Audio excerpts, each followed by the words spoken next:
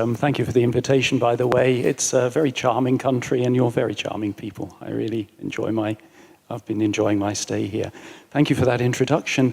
Beyond legal translation, what I'm going to do now is pick up on the excellent presentations we've just heard about competencies related to legal translation. I won't talk about that.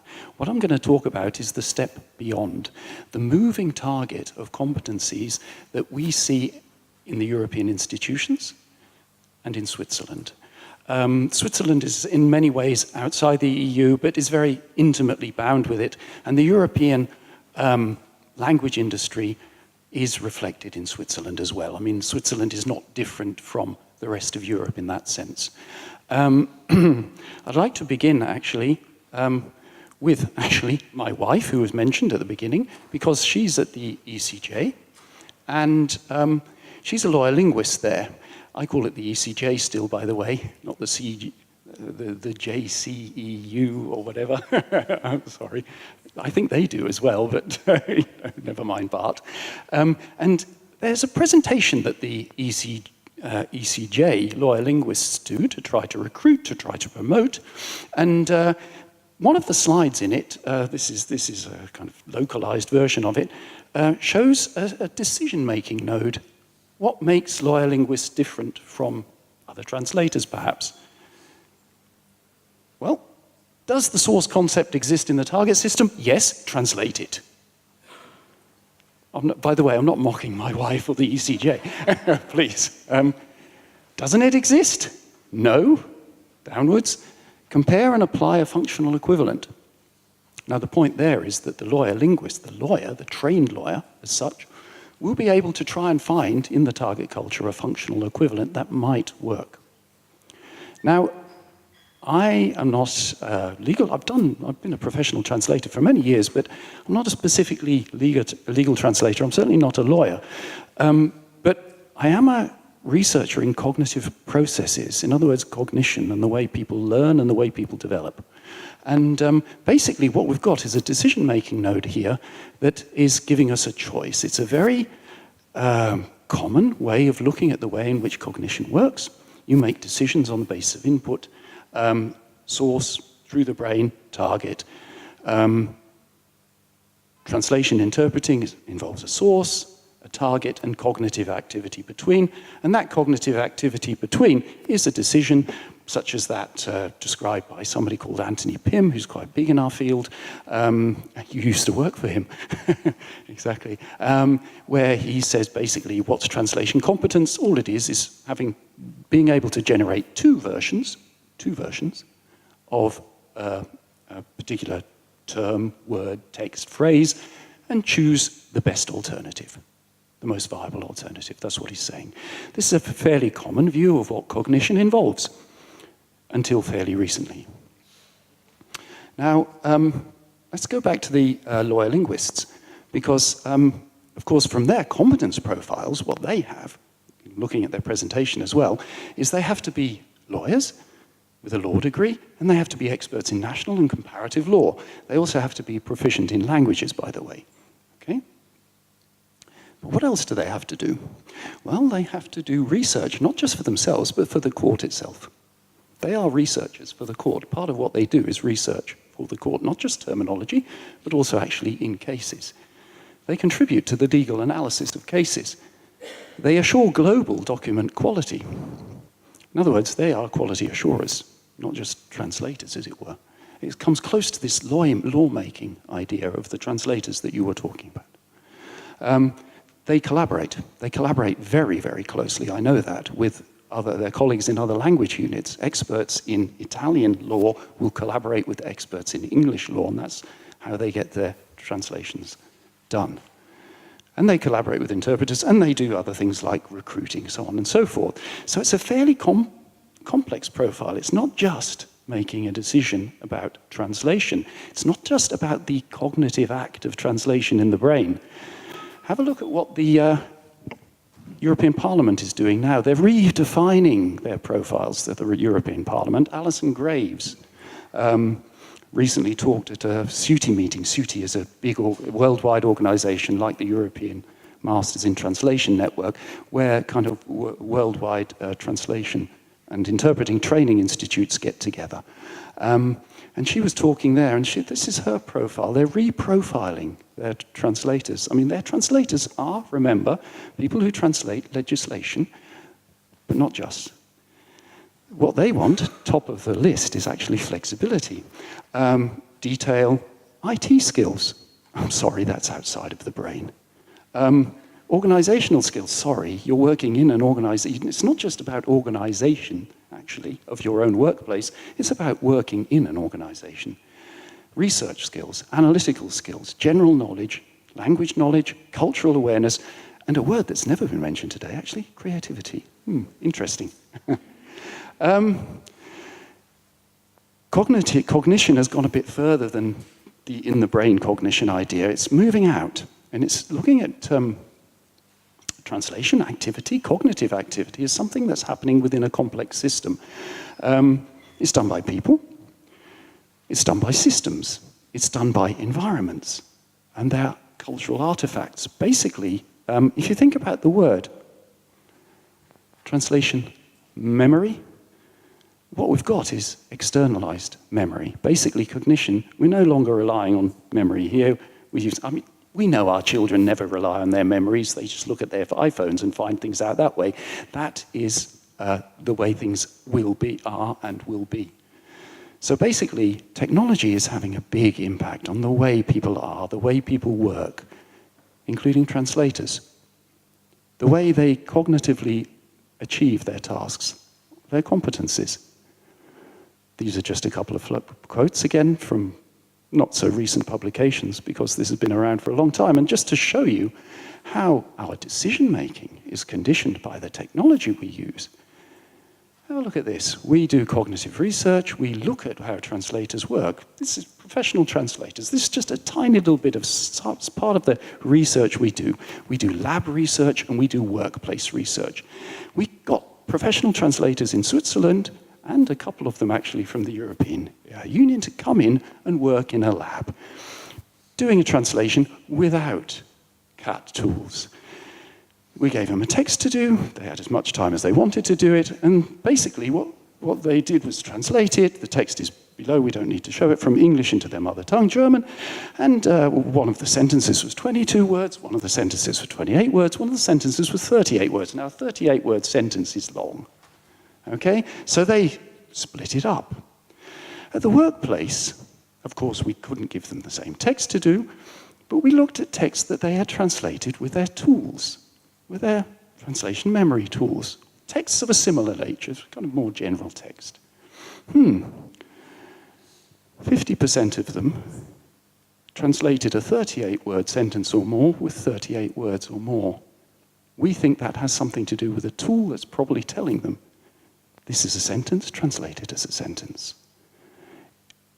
These kind of impacts have to be investigated. We have to learn more about it, but it seems clear that the technology, at least, is beginning to influence the way in which people translate.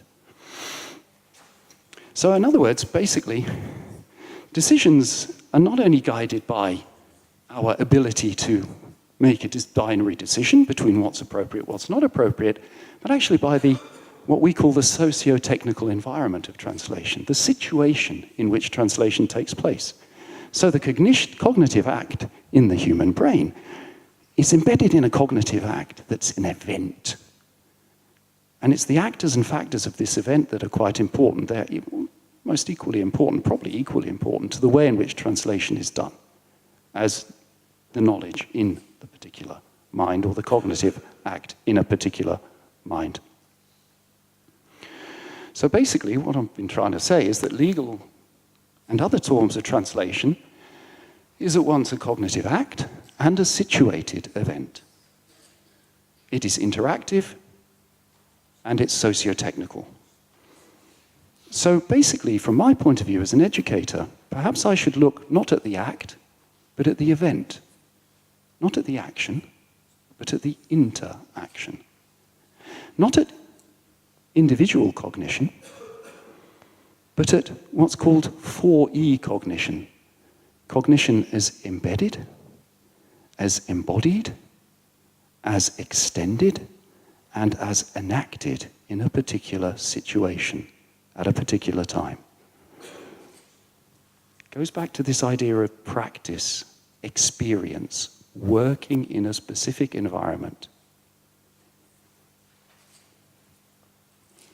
Let's have a look at, go back to roles, contexts, working as researchers, working as advisors, consultants, interacting. This is a survey, again, taken from Cüti, which is this worldwide organization.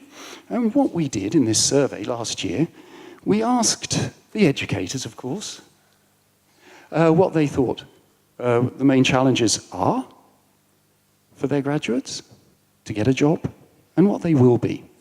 And what's interesting is the kind of challenges listed here that then were perceived for the future as increasingly problematic challenges. In other words, the ones with the biggest discrepancy between this, the current challenges, and the future challenges. And we see technology there, that's no surprise, but we see range of competencies, widening ranges of competencies, diversity of work context, and diversity of roles. And when we look at the specifics of this, of course, technology, machine translation, post-editing, but what was most often mentioned was the fact that their students don't know the limitations of these things. As you were saying, we really need to know where the limits are.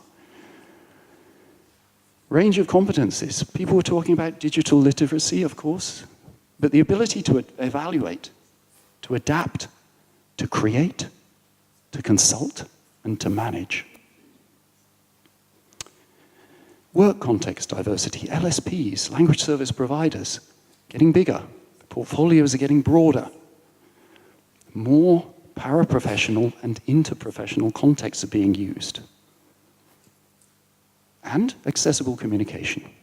The socio-ethical aspects are creeping in. You have to make things readable. You have to make things readable for the citizens. You have to use plain language. And finally, role diversity. Looking at this would make you more or less give up trying to educate people. Computer linguist, data scientist, evaluator of MT and MT output, premium translators, intercultural mediators, interprofessional collaborators, language advisors, the list goes on and on. So again, technologization, organizational work contexts, market and productivity demands, and socio-ethical requirements are all leading to a diversification of what translators do.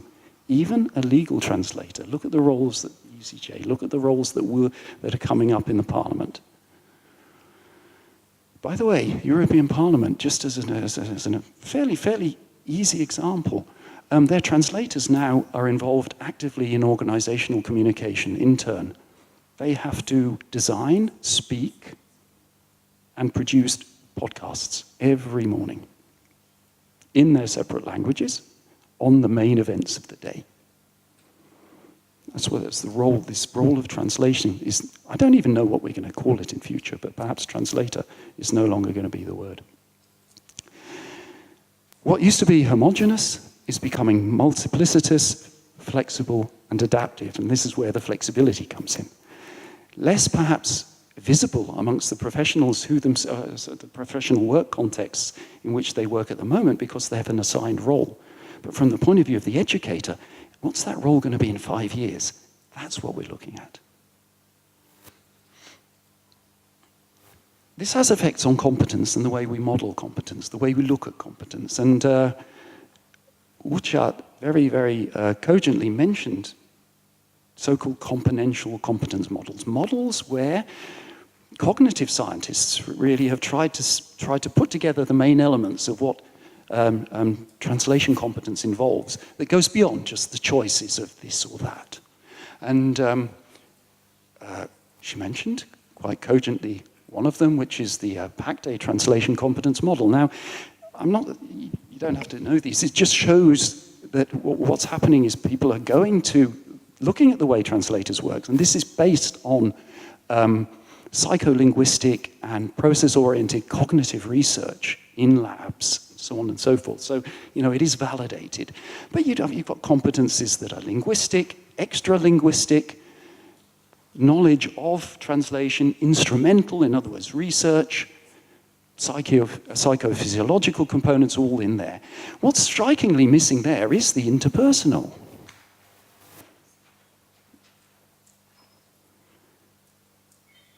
Six years later, as you rightly mentioned, the EMT, European Masters in Translation Network, comes up with a wheel of competence where they're beginning to look at the interpersonal, the interactive, and the intercultural,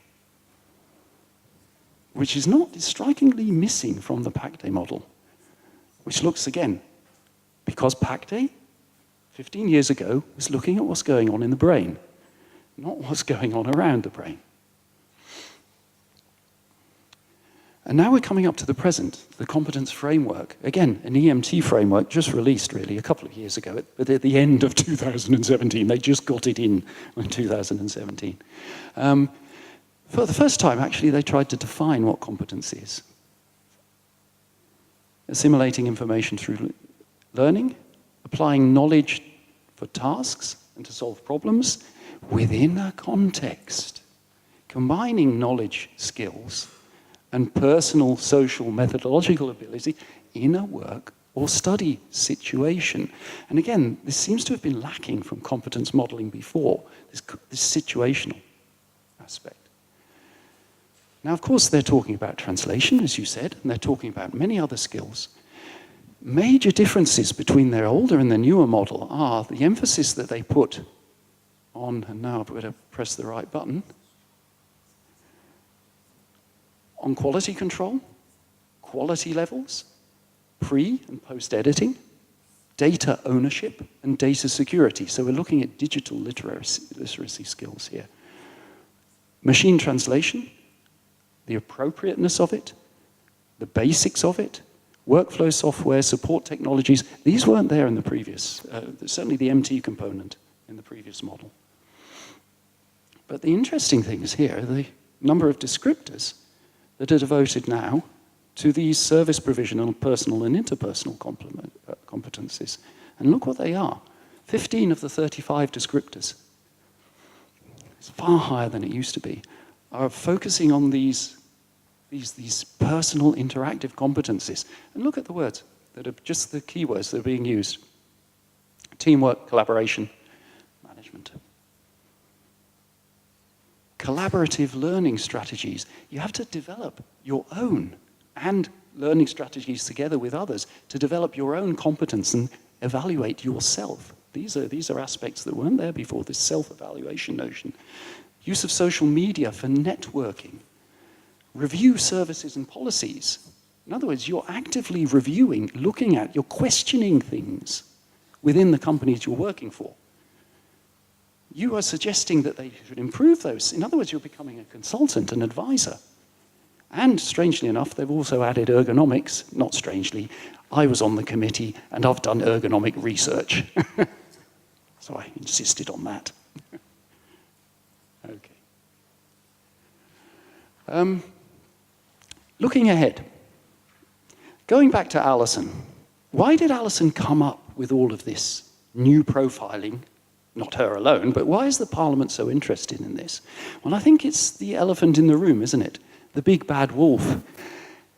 I think, despite your reassurances this morning, Peter, there is a fear of NMT, of machine translation, that's there, and it was perceptibly there.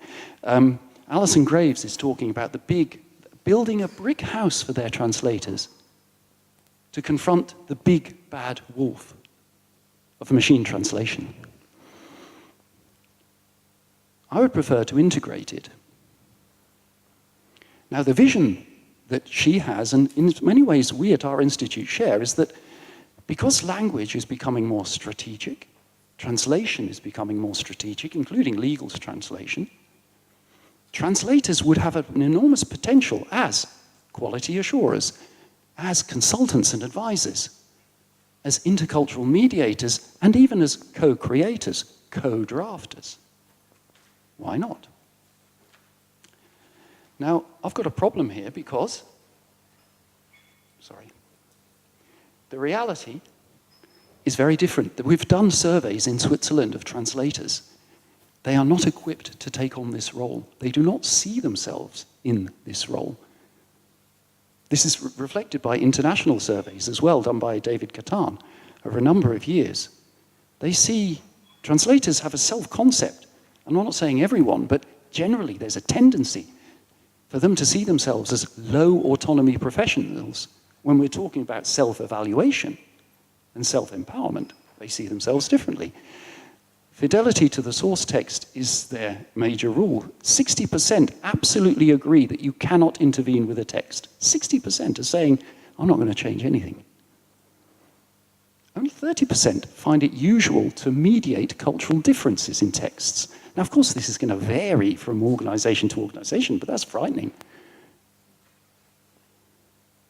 And in the survey we conducted in Switzerland, mediation, advice-giving, feedback-giving, creation ranked absolutely lowest on the scale of what they thought they were doing as translators. Okay, it's a small sample, but it's worrying. So I think we have to teach, and we have to change our teaching. We have to redress the balance between what and how.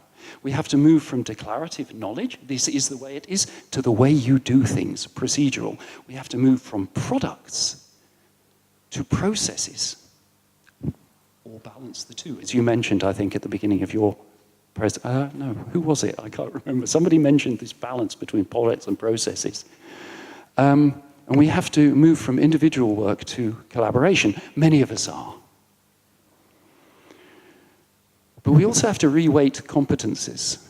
Of course, we need domain knowledge. We need domain knowledge, though, but against the background of teaching inquiry and research, interaction and consultation. That is what we should be teaching, not just passive absorption of knowledge. We need technologies. We need to know how and when to use technologies, but we also need to know when not to use them. Big data. Corpora. Professional digital literacy has to be improved. We should build routines amongst our students. They should be able to routinize certain procedures, but they should also reflect on where they're going with those. They should know when not. And finally, and this is most important, we need to put focus on what's called the human value proposition, the human value added. We must emphasize, or perhaps re-emphasize, the adaptive, the creative, and the ethical. Machines don't have ethics. We need to learn, they need to learn, and we need to teach when and how to achieve high-quality human translation. We've just got an idea of how we're going to do that. We've got dimensions, we've got objects, and we've already developed courses for how. And how are we going to do that? In what particular delivery?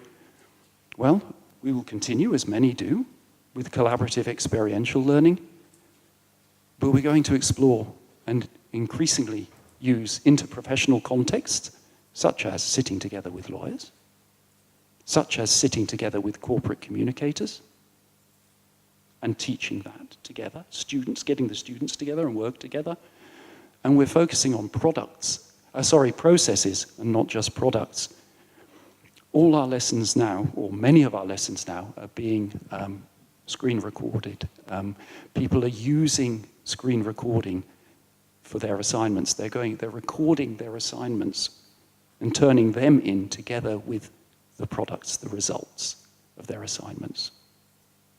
So we can focus on how they work, how they interact with their environments, but we're also looking at how they interact with each other collaboratively. So we're tracking, using Slack and so on and so forth, their particular collaborative interactions and looking at the way in which they're working together in groups and communicating together. And that is the end. Thank you very much for your patience. We have overrun dreadfully. As a Swiss person and his watch, I feel terribly bad. Thank you.